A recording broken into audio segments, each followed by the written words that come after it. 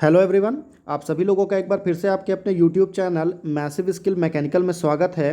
दोस्तों, आज की इस वीडियो में मैं आप सभी लोगों को टॉप 20 मैकेनिकल इंजीनियरिंग का ऑब्जेक्टिव क्वेश्चन और उसका आंसर डिस्कस करूंगा, जो कि आपके आगे आने वाले कम्पिटिटिव एग्जाम के लिए काफ़ी ज़्यादा इंपॉर्टेंट रहेगा।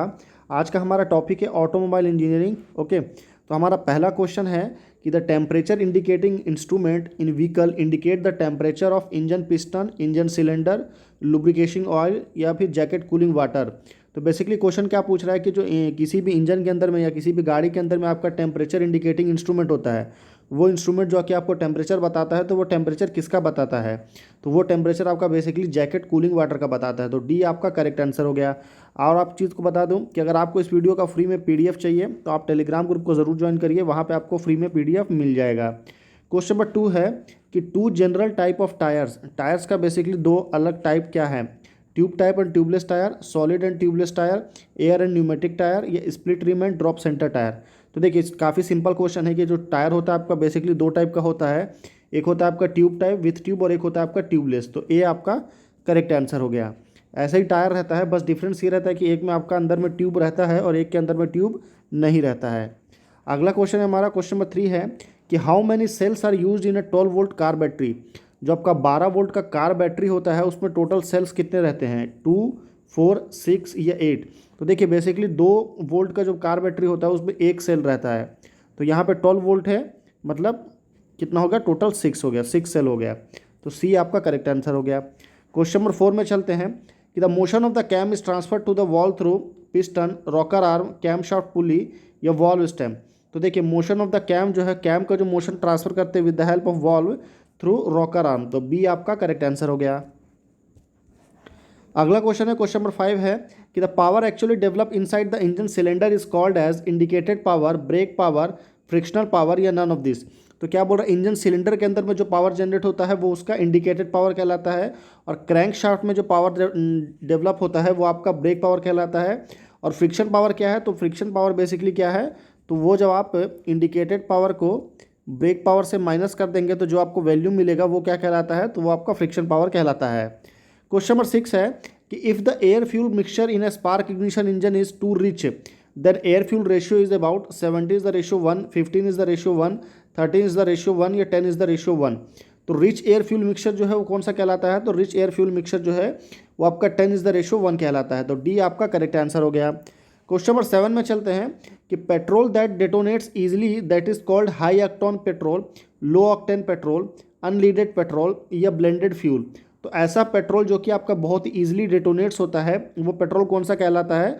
तो वो आपका लो ऑक्टेन पेट्रोल कहलाता है। तो बी आपका करेक्ट आंसर हो गया। क्वेश्चन नंबर 8 में चलते हैं कि the advantage of a tubeless tyre. जो आपका ट्यूबलेस टायर, जो मैंने आपको बताया था कि दो टाइप के टायर होते हैं, एक आपका विथ ट्यूब टायर होता है और एक होता है आपका ट्यूबलेस टायर। तो आपको बोलना है कि ट्यूबलेस टायर का जो एडवांटेज है ओवर ट्यूब टाइप टायर से, slow air leakage, better fuel efficiency, less chances of running flat, ये ऑल ऑफ दिस। तो देखिए, बेसिकली आपका ये तीनों ही करेक्ट है। क्यों?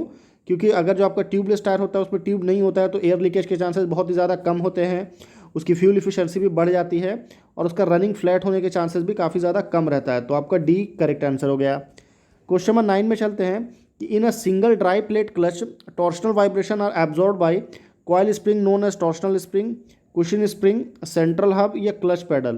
तो देखिए, काफ़ी टफ क्वेश्चन है कि जो आपका ड्राई प्लेट क्लच होता है उसमें जो आपका टॉर्शनल वाइब्रेशन जो अब्जॉर्व करता है वो कैसे अब्जॉर्व करता है? तो वो अब्जॉर्व करता है आपका कॉइल स्प्रिंग से, नोन एज टॉर्शनल स्प्रिंग। तो ए आपका करेक्ट आंसर हो गया। क्वेश्चन नंबर 10 में चलते हैं कि the battery is an electrochemical device which means battery make chemical by mechanical means, use chemical action to provide electricity, has curve plate instead of flat plates, it does not use an electrolyte.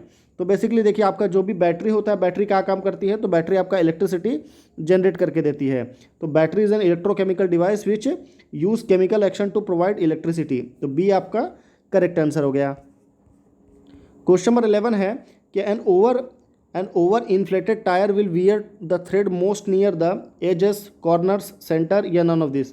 तो over inflated tyre जो होता है will wear, वो आपका wear out faster होता है near the centre से। तो ओवर इन्फ्लेटेड टायर कैसा होता है? तो देखिए, मान लीजिए आपका ये इस टाइप का टायर रहता है, तो नॉर्मली टायर क्या होता है, आपको उसके साइड्स के जो हिस्से रहते हैं वो आपका वियर होता है, जल्दी घिस जाता है।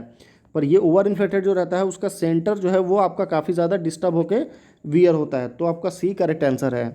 क्वेश्चन नंबर 12 है कि the calorific value of a diesel, diesel का कैलोरीफिक वैल्यू कितना होता है? 36.5 मिलीजूल पर के जी, 38.5 मिलीजूल पर के जी, 42.5 मिलीजूल पर के जी या 45.5 मिलीजूल पर के जी। तो देखिए यहाँ पे आपका जो कैलोरीफिक वैल्यू आपका डीजल का होता है वो होता है आपका 42.5, तो ये याद रखिए 42.5 millijoule per K G. C correct answer है।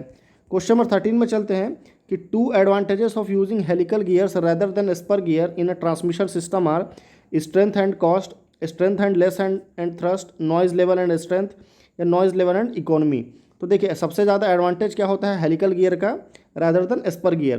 तो हेलिकल गियर जो हम यूज़ करते हैं स्पर गियर्स के से ज़्यादा इसलिए यूज़ करते हैं क्योंकि हेलिकल गियर जो है वो काफ़ी कम नॉइज़ क्रिएट करता है और उसकी स्ट्रेंथ भी काफ़ी अच्छी होती है स्पर गियर से। तो सी आपका करेक्ट आंसर हो गया।